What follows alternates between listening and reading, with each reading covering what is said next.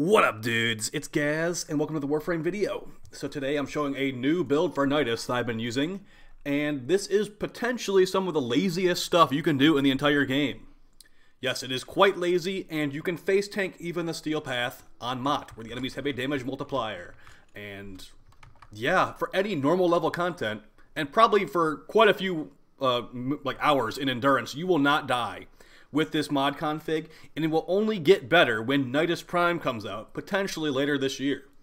So before we get into it and go over the build and all that stuff, make sure you're subbed to the channel if you want to see all the videos when they go up, and there's also a live stream link on, or not link, it's just the link name on the screen. Alright, so, Nidus, your boy Nidus, what's the idea? What is his build? Well, here's the thing. This build is basically focused on being a complete, super tank. Nidus has built-in 13 health regen per second, and he also gets some more bonuses as he levels up. Increased armor, some heal rate, some health, some power strength, and energy max while he is level 30.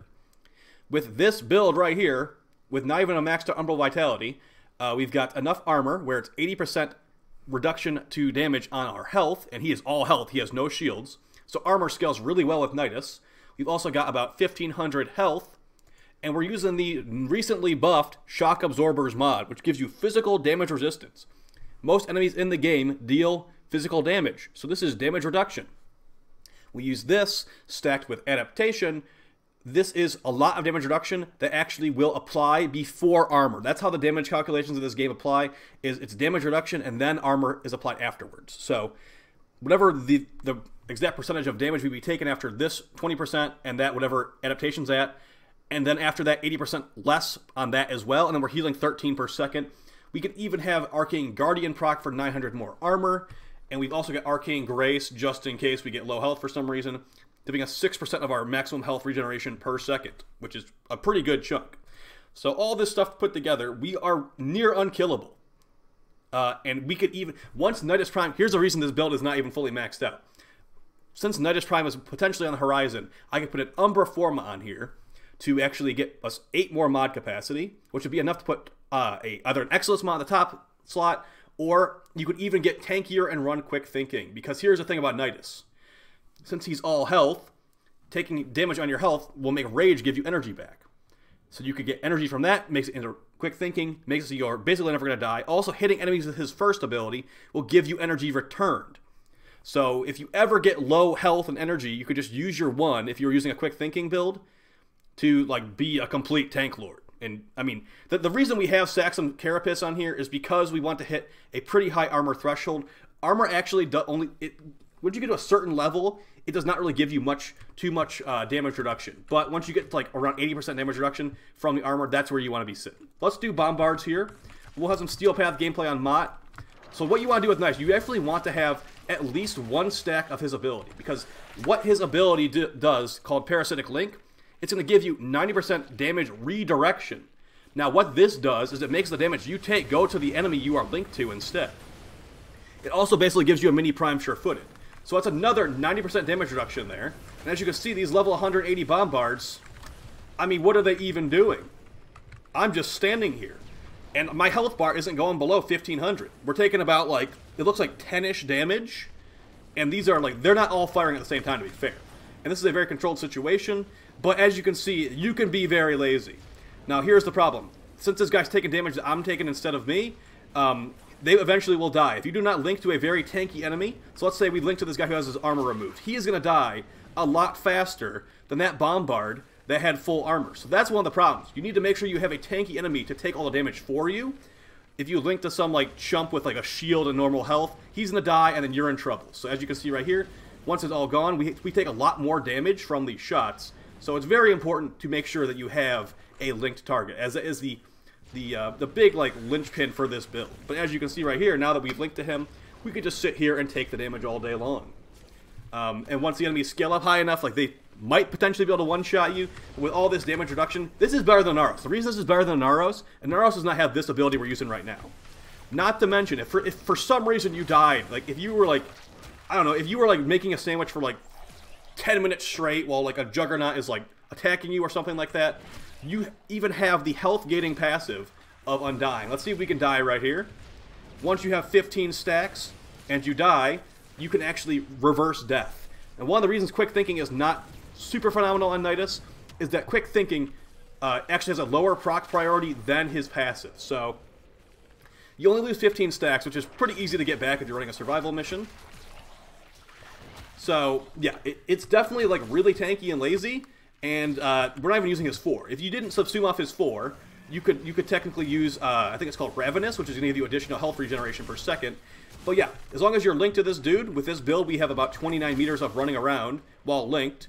Yeah, you are unkillable, dude. You can basically just like sit there and let your teammates do the mission as you just like watch the Kuva siphon and make your sandwich. So that's the basic gist of this build. Enough armor, we have 80% damage reduction on our health. Shock Absorber is recently buffed. And the rest of the stuff is just like Umbra mods. Adaptation definitely helps you out a lot. Now let's take the Arcanes off. Let's see how much of this actually is the Arcanes helping. And I don't think it's really going to make too big of a difference, but we can just quickly give it a shot. I'll also hop into the gameplay as well. So let's get 1 stack, because you need 1 stack to cast your link. All right, there we go. Once they leave that, we will see how much more damage we're taking now that we have the Arcane Grace and the Arcane Guardian gone. Let them destroy the cat real quick. Alright, so we are taking a little bit more damage, to be fair, but it's still like not enough damage that our health regen 13 per second is not really carrying us through. So with no Arcanes, like, this is better than Aros. With an Aros, you're going to need to either kill them with like a melee, or like do a finisher or whatever to heal yourself. With this, with Nidus, it's basically just built in. So once Nidus Prime comes out, he'll have more armor most likely, more health, more energy, and I will definitely revisit this build when Nidus Prime comes out, and we will do a full investment version of this with quick thinking, with an Umbra, 1 or 2 Umbra Forma potentially. And the thing about Nidus, you don't really need too much strength on him, as we're not using his 1 for DPS. His 1 is mostly just here to regen energy, to build stacks. You need a couple stacks just to use your 3, and that's basically it. So, but you cannot subsume this off. You need this ability to build stacks. His second ability is actually pretty nice. It will pull enemies in together. Keep in mind, it has a additional passive where if an enemy is dead inside the larva, you have a chance to gain a mutation stack. We've got Parasitic Link, the most important ability on the entire setup. You technically could link to your teammates to give them additional power strength, but that's not the point of this. And then you usually have Ravenous in this last slot. We have Roar just for additional slash proc damage from our melee or whatever we're using. So that's basically the general gist of it. Like I said, if we were going to go all in on the investment, quick thinking potentially could run on it. We did test out quick thinking. It was pretty nice. Saxum Carapace, this is going to make it where enemies explode on death, dealing % damage in an area. Stretch is actually just there so you can run around with your link a little bit more, and it technically makes the larva grab enemies from further. Let's get that gameplay on the screen too while we're talking about this. Now, you could probably take off Rage, to be honest, as hitting an enemy with your first ability will regenerate energy. This is the Steel Path on Mott, by the way. The highest damage per shot enemies in the game. And like I said, you want to make sure you're not linking to one of these corrupted crewmen.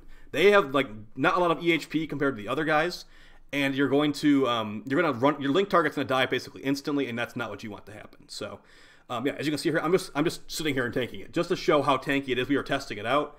And I am taking damage for sure, but I'm also not really trying to play the game right now. So you could go on this, as long as you're linked, you can go a long time with this, guys. Any normal mission in the game, even on the Steel Path, like we were doing the Steel Path Selkie, the Corpus, or not Corpus, the Grenier mission, and the enemies, we were trying to see if we could get to low health. The enemies could not even get me to low health on Selkie. So yeah, the Acolyte just looks at you and tries to kill you. Like, guys, it's really tanky. It's hilariously tanky. This makes Anaros look like a little baby, to be honest. And Anaros actually needs Arcanes, like I said, to be a tank lord, which he'll technically get one shot eventually.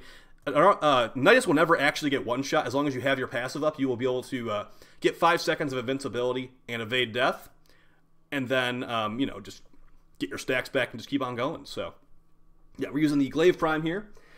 And we're just chilling. Vor spawned in, didn't deal any damage to me.